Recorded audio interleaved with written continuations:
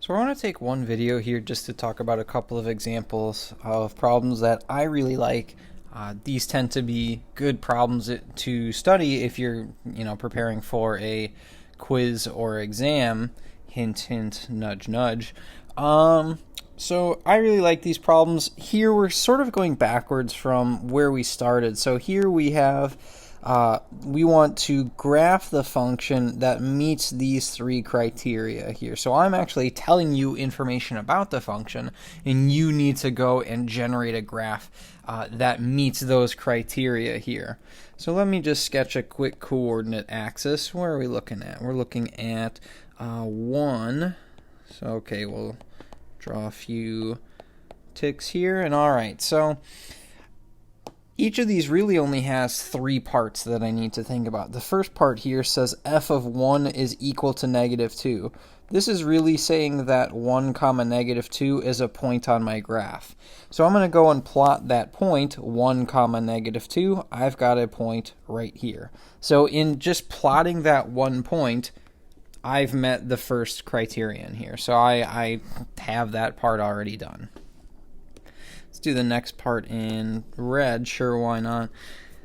Limit as x approaches 1 from the left of f of x is equal to 2. So now I need to draw a function here that has a left-handed limit at 1 of +2 here. Notice that's a +2, not a -2 here.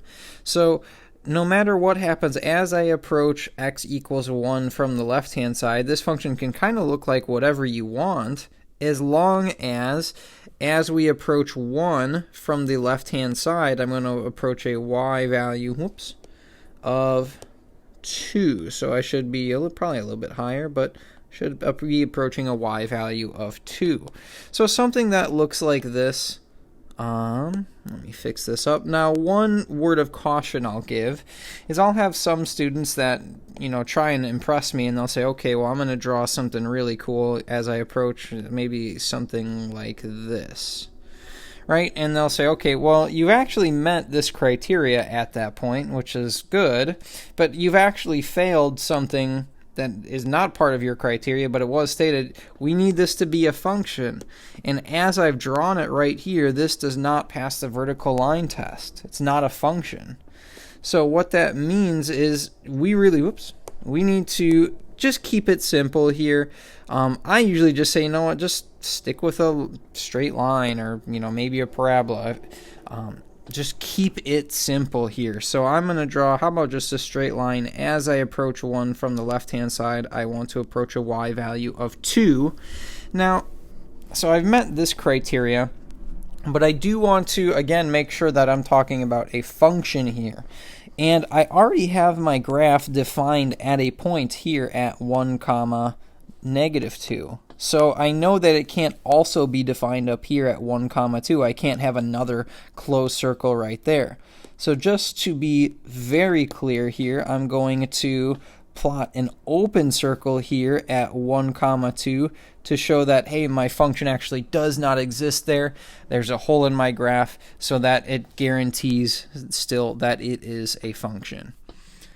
So I've met that second criterion. Now I need to talk about the third. The third says limit as x approaches 1 from the right-hand side of f of x is equal to -2. So as I approach 1 from the right-hand side, I should approach a y value of -2. And actually, we already had that point plotted, 1 comma -2. So as long as you, when you approach as you approach 1 from that right-hand side, you end up at a y value of -2, that's really all we're looking for here. So if you gave me something that looks like this, you've met all 3 criterion at this point. Now this is a little bit tricky because your graph might look a little bit different than my graph. So maybe this is your graph, and that's perfectly fine, but I'm going to draw you another perfectly acceptable graph here. What if I had, let's say something like this. So let's say I had a point right here, because that part I need. Let's say we have maybe a quadratic or a parabolic function there, and just a straight line. That's perfectly acceptable as well. notice that the outside, kind of the edges of your graph, look a little bit different, but it's really the behavior around x equals 1 that should be exactly the same. So parts of your graph might be different, but the details around x equals 1, those should be exactly the same in every single one of these graphs. I want to look at one more here then. So again, I just have these three criterion, so let's make a coordinate axis here. Alright, so let's see, what do we have? We start off with f of 0 equals 1, so that means I have a point at 0, 1 right here. Just by plotting that first point, I've met that criterion. The limit as x approaches 0 from the left-hand side of f of x is equal to positive 2. So as I approach from 0, so here's x equals 0, as I approach 0 from the left-hand side, I should approach a y value of 2. So I should approach this point right here. So maybe, I'll draw something that looks like that. And then I already have this point right here, right, that we plotted at 0, 1. So I can't have another point at 0, 2. So I'm going to put an open circle to show that, hey, my function does not exist there at 0, 2. I have a hole in my graph. And by drawing that left-hand side, I've met that second criterion. The last one says the limit as x approaches 0 from the right-hand side of f of x is also positive 2. So as I approach 0 from the right-hand side, I should also be approaching a y value of 2. And actually, I probably did that backwards here.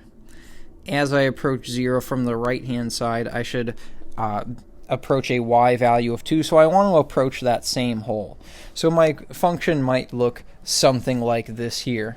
Again, the details, kind of the ends of your graph, those might look a little bit different, but it's this behavior right here, right around x equals 0. That's what I'm going to be checking.